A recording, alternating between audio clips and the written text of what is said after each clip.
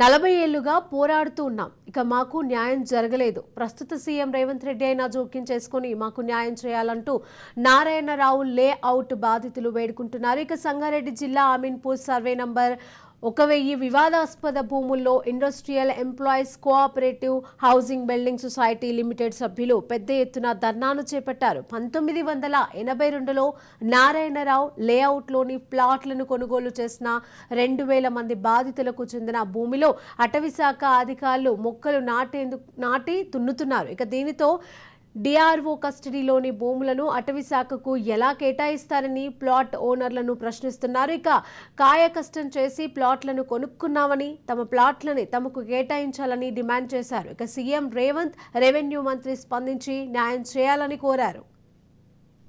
నారాయణరావు దగ్గర నుంచి 500 గజాలు స్థలాన్ని కొన్నాడు.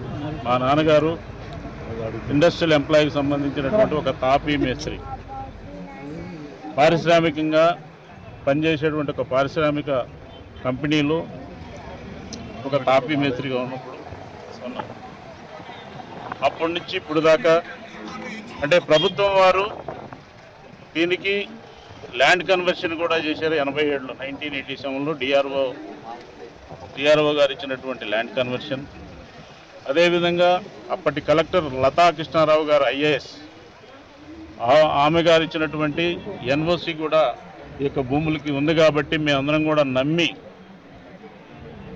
లేఅవుట్ను కూడా 1982లో పంచాయతీ అప్రూవల్ చేయబడినటువంటి లేఅవుట్.